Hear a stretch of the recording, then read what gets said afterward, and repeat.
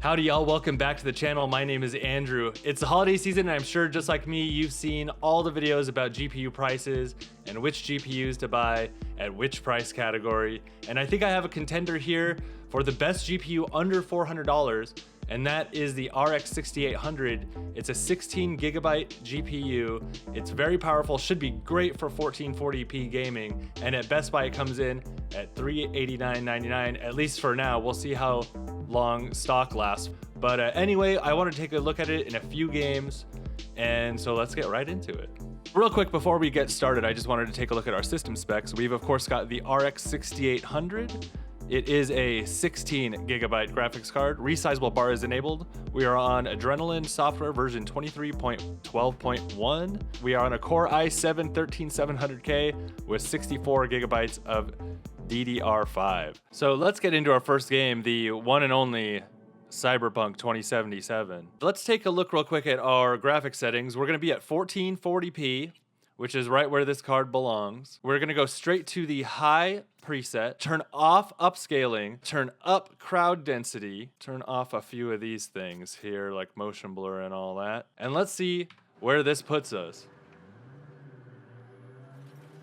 And wow, we are looking quite good. We are in the 70s, and keep in mind, this is no upscaling at all. This is pure native rendering at 1440, and I think this game gets a tremendous boost in the way it looks simply from being at native resolution.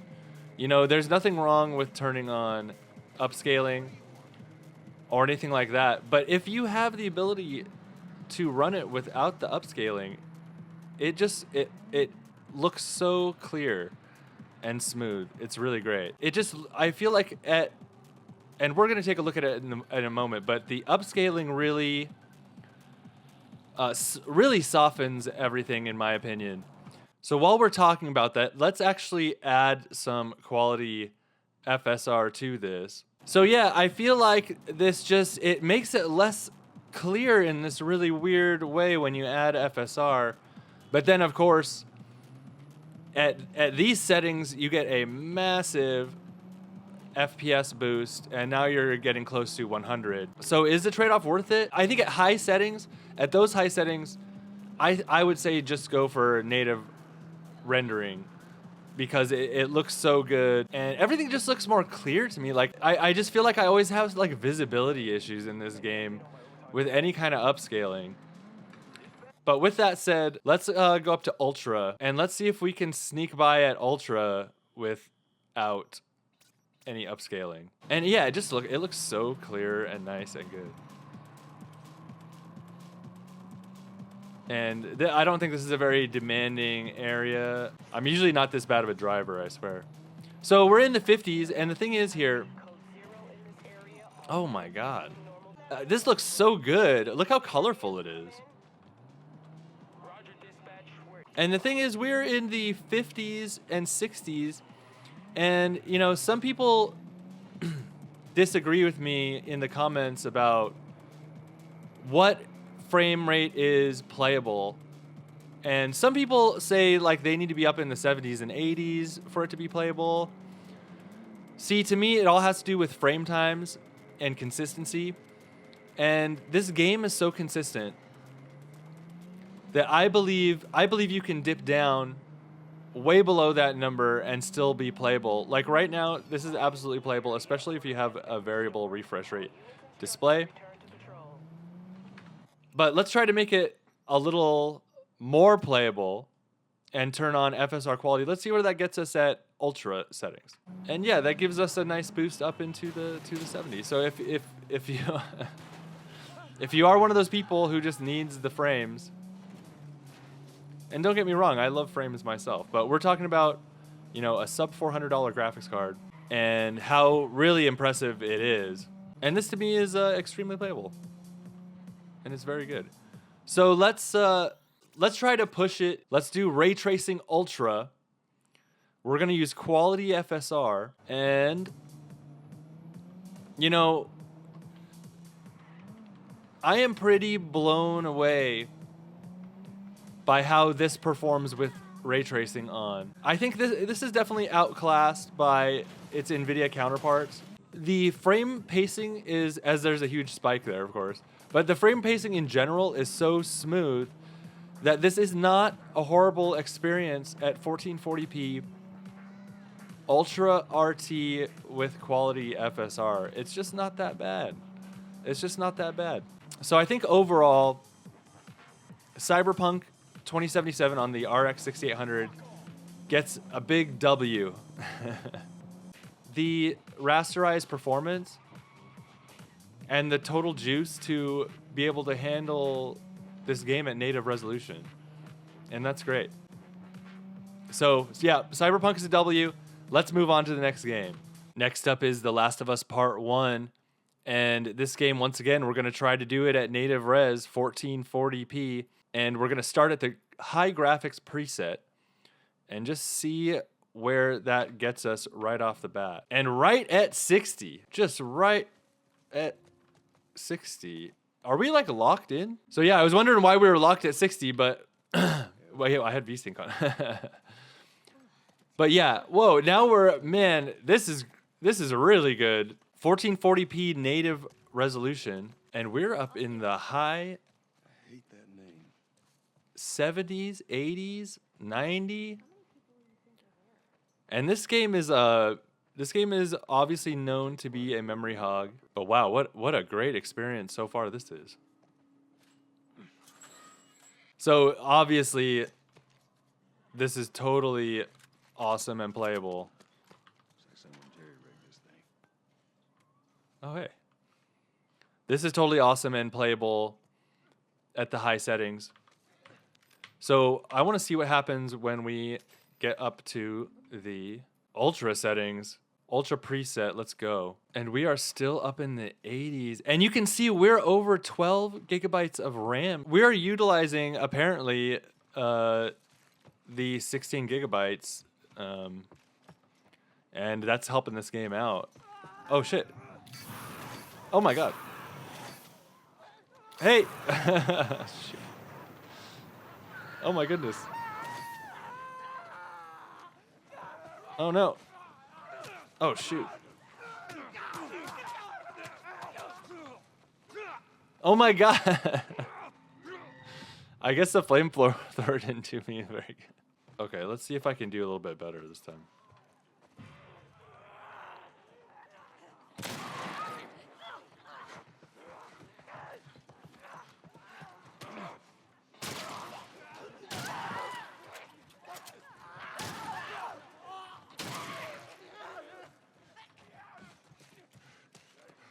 Oh my goodness. Oh my God.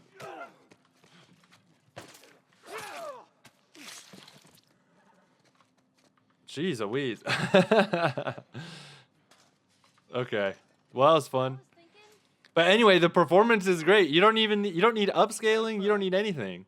This is pure 1440p goodness. This is probably not the most demanding portion of the game. And yeah, see, we're dropping in the 60 now, so I'm sure there will be parts of the game that are more demanding than this, but you kind of see where the baseline lies, and I think you're gonna have a good experience on this card with this game at 1440p native resolution, which is great. Like, so many cards, especially in this price class, demand you to reduce settings and use upscaling, and so far, we have not had to do that with this card. We can choose to, but we have not been forced to. So let's move on to the next game. So here we are. I grabbed a controller because of my unsuccessful attempt in The Last of Us without a controller. So let's just take a look at our settings here. We're going to go to 100%. We're going to do 2560 by 1440, 1440p in other words. Let's see if we can keep rolling with the idea that we don't need to upscale. Sometimes upscaling can look better than TAA, but right now, let's just take a look at how it goes. Maybe that's the trick of this card, that it is a pure 1440p raster card. If that's the case, then it's, in my opinion, tremendously valuable. And it really occupies a unique space in the stack of all the GPUs if it can do that. And we are at all ultra settings, no ray tracing enabled. And yeah, we're in the 60s. We're just flying around. So we'll take a look at Hogsmeade in a second, which can be a tough area. But flying around right here at 1440, we're looking like super good. And we're in the 60s and 70s. And this is another game that can consume lots of memory, but we're looking good there as well, obviously. And man, yeah, we're in the 80s, 70s. And keep in mind, we're at 1440p. We're not even using any FSR or anything like that, and we're at ultra settings. It appears to me to be another huge W for the 6800. Like, I don't know if they've done some extra work on this game. This is running great on the RX 6800. I think this is just a solid... This is just such a solid card. And this card came out in, what, 2020, I believe? And it's still hanging in there at native resolution while all these cards are upscaling and doing different wacky stuff. This card hardly needs it. This card, like, I don't think we've seen a situation yet where you absolutely need upscaling. And I know for a fact that a bunch of these other cards, like Nvidia cards, they rely on it. And sometimes it is better. Sometimes it is better to have DLSS going than TA. Sometimes it looks a bit sharper. But you know, some people are really opposed to it. And if you are opposed to it, then this card really does great. What else can we do in this? Maybe let's take a look with ray tracing on. So I did turn on ray tracing. We're still at 1440p Ultra with RT now. And of course, that is the downfall of RDNA 2, is it's really not that efficient at ray tracing. And as we can see here, we are dropping into the 20s, and now it's not a good experience. But we are at native resolution still. Man, oh man. Man, oh man, we're in the teens now. Now, is this a situation, can FSR save us? I don't think it, I probably don't think it can, but let's just try it out. Okay, well, no. I don't think it's gonna save us. 12. So okay, not good. Let's see how far. Let's go to performance, and it looks really soft. It looks really soft, and it's and we dropped into the 20s. So yeah, I think ray tracing is off the table for this one, but overall a W. And I don't think the ray tracing implementation is super great in this game. It's a little overblown at some points, especially in Hogwarts and all that. But overall, another W, I would say, for rasterized performance at native resolution. That is becoming the narrative of this video, is that I think this card really is doing great at rendering these games without any upscaling at high settings. So let's move on to the next one. This is the next game I want to check out. That's Avatar: Frontiers of Pandora. Now, I have a feeling that this may be starting to get into territory where we're going to have to use some upscaling. And this game also uses FSR 3 frame generation. So that will be interesting to take a look at. But I just have a feeling that we're starting to get into the realm where it is just necessary to use upscaling. But let's see. Maybe not. Let's take a look at our settings real quick. 1440p. We're gonna start out at TA, and some of these settings are can be confusing because you do have TA scaling. I'm guessing that ultra quality means that it's rendering at 1440p. But like sometimes you just don't know if that's the case. And we're also going to go, let's start off at the high preset and just turn off motion blur. Okay, we're in the 60s, 70s, 80s. Lots of variability in the frame rate. But okay, this actually isn't bad. And obviously this game looks glorious. But let's go down to this lake. I know around this area we will definitely see how the frame rate does in this game. But yeah, this is beautiful, and this is actually a quite a good and playable experience. Which I actually didn't think it would be at 1440. And you might notice that I'm using the different overlay. I'm using the Radeon overlay. That is because the Riva Tuner program, this game doesn't like it when you enable frame generation. It just won't do it. So we're just gonna do it like this. And man, this looks great. And we're getting in the 60s. We're just getting solidly in the 60s. And wow, look at the memory. Our memory utilization is up at almost 14 gigabytes. So that's quite a lot. Let's go up to Ultra. We'll turn off motion blur once again. So Ultra settings. And let's see how this does. Let's see what the difference is as far as the frame rates on Ultra. So we did drop into the 50s. So yeah, it's a pretty considerable hit. 10, 15%, 20%. But this isn't bad. This isn't bad at all. And the Ultra settings look really great. I think with the lighting in this game, the step up from high to Ultra, I think it does make the game a little bit more realistic. And there we go into the 40s, down into the low 40s. Hey, why did these guys? But I think the Ultra settings look really great. So let's see if we can get it there to a good point, a more playable point. Let's try FSR quality to start off with.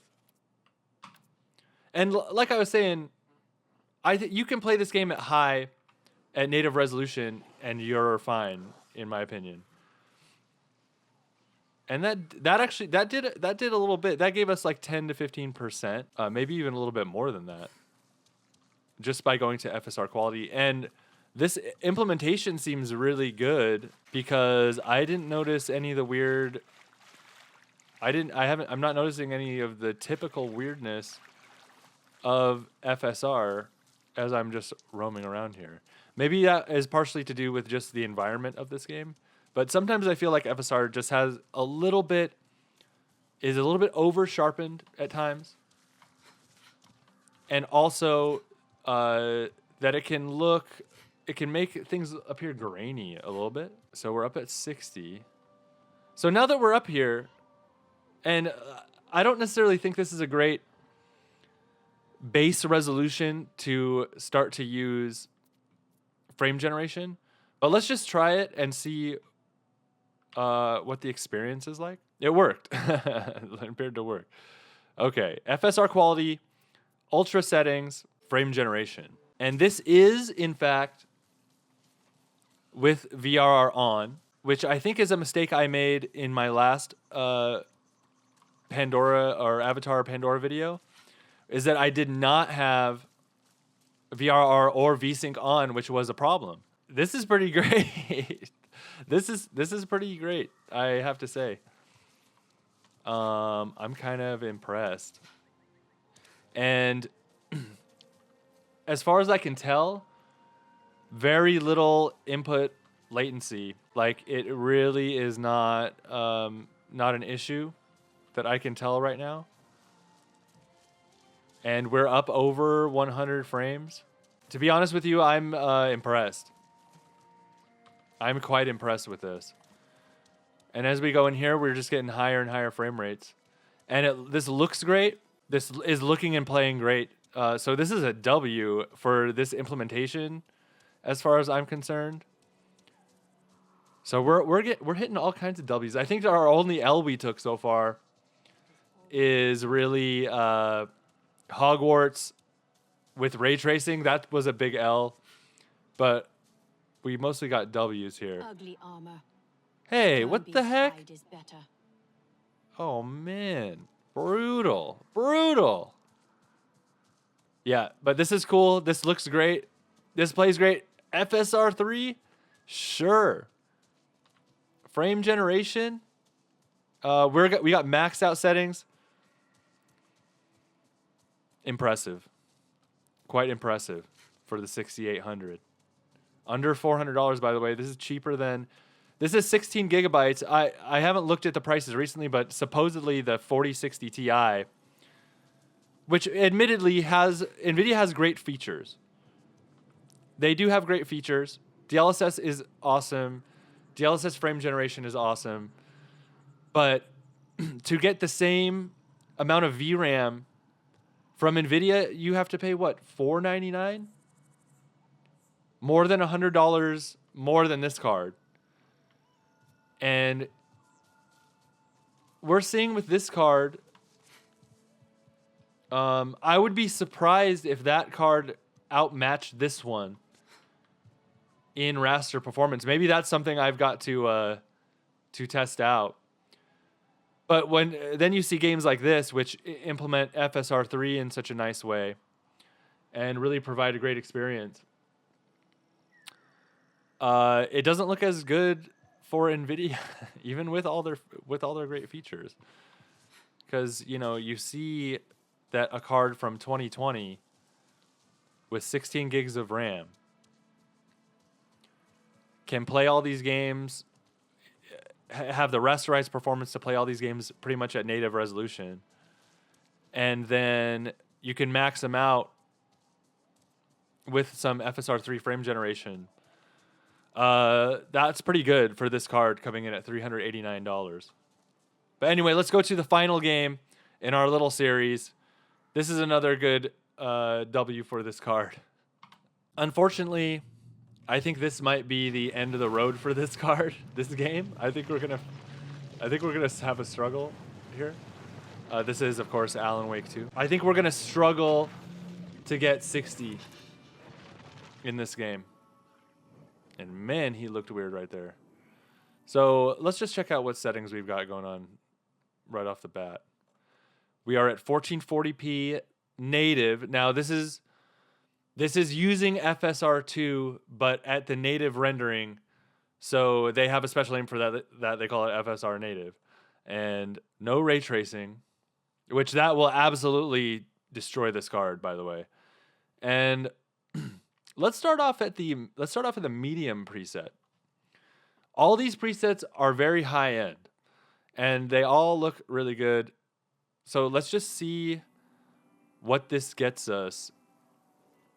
And yeah, at native, this honestly isn't too bad. This isn't as bad as I thought it might be. Is this guy gonna come for me? Yeah, this kind of isn't as bad as I thought. Oh, this guy's gonna come for me. What? Oh my god.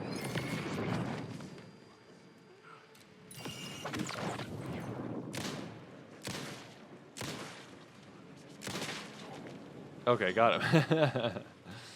God, I hit my caps lock. The thing is, for this type of game, for this game in particular, and it also runs very smooth. So yeah, you can do this. You can do this and it's not too bad. Let's go up to high settings, high preset, and let's see how much of a difference that makes. I don't think it's going to be that much. So yeah, that's not too much of a difference as far as I can tell. Oh, hello.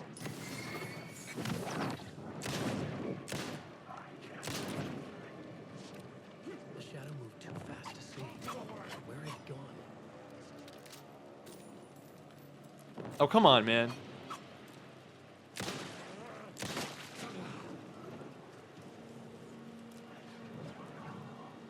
Man. Well, yeah, this isn't too bad. This is playable with this particular game. It's very slow. Let's see if we can get some FSR quality and bring up our experience a little bit. Whoa. Okay, I honestly I wasn't expecting that much of a jump into the 70s and 60s. So in this game in particular, yeah, FSR is definitely a good call in the purely rasterized mode. Let's go let's switch realities here. We're gonna stick at these same settings. FSR quality 1440p, high setting. And we are in the town. And man, I'm kind of like, I'm once again just impressed, even though we did have to break our little challenge of trying to do everything at native res. I mean, this is great. I mean, it's not like you're going to necessarily play at native res on an NVIDIA, what competes with this? A 4060 Ti 8 gigabyte? That's the price competitor for this card. So it's not like you're going to do that. And this game just looks so good. But let's bring this card to its knees a little bit and exploit its weakness by just turning on low ray tracing. Let's see what we get. You know, I'm impressed. I'm impressed, honestly. This card, while it doesn't have the most amazingly efficient ray tracing performance, it can still run it at 1440p with quality upscaling. That's fantastic. Let's see, what happens if we go up another level? I think, this does a little bit better, this card, with just light implementations of ray tracing. Let's see where we end up here. This is going to be a little bit more brutal, I think. Well, we dropped into the 20s. But man, I'm still impressed. I'm still impressed by it. If we do even more, so let's output, or let's do internal at 720. It doesn't even look too bad. It just looks, everything begins to look like, it's hard to distinguish things, I feel like. This is the same thing in Cyberpunk when you do upscaling, especially at the lower internal resolutions. It gets harder to distinguish one thing from the next. Like if I was in like a competitive shooter, I wouldn't be able to see anything that's going on over here. And yeah, we've got some like frame spiky situations here. But anyway, I think that's gonna about do it for this run through, and let's get some final thoughts. So what did we learn from all this? Well, I think we learned that the RX 6800 is a fantastic card for 1440p. It's just as valid as when it came out, I feel like. And the fact that it's at $389 right now, I think it's the best card you can really buy for under $400. I'm just going to say that. And I think you also have to compartmentalize it a little bit, because it is $389. It's close to $400. So you have other cards such as the 6700 XT, which I've seen around $300. So if you don't want to stretch all the way to $400, that's obviously a good option as well. You've also got even lower the 6700 non-XT, which I think is around $250. You've got the 3060 12 gigabyte for around $300 as well. And of course, the 4060 Ti 8 gigabyte model is $399 or around there somewhere. But, with this card, you get the 16 gigabytes of RAM. You get really, really great raster performance that I think probably beats the 4060 Ti 8 gigabyte. That's something maybe I can look at in the future, is comparing these two cards. But honestly, who knows how long this card is going to stick around. I'd say it's probably pretty close in performance to a 7700 XT, but with 4 more gigabytes. And we saw in some of these games that the card was getting utilized for more than 12 gigabytes of RAM. And for future games as well, this card just might have legs into the future beyond some of these options that are out right now at even 12 gigabytes. So I think it's a great raster card at 1440p, even without upscaling. It's under $400. I think it's the best card in that sort of between $300 to $400. And I think that is about it for my thoughts on this card. I think it's a great option. Get it while it lasts. It can probably last you a couple more years into the future is what I'm guessing. Anyway, please like and subscribe if you enjoyed the video, and I will see you next time.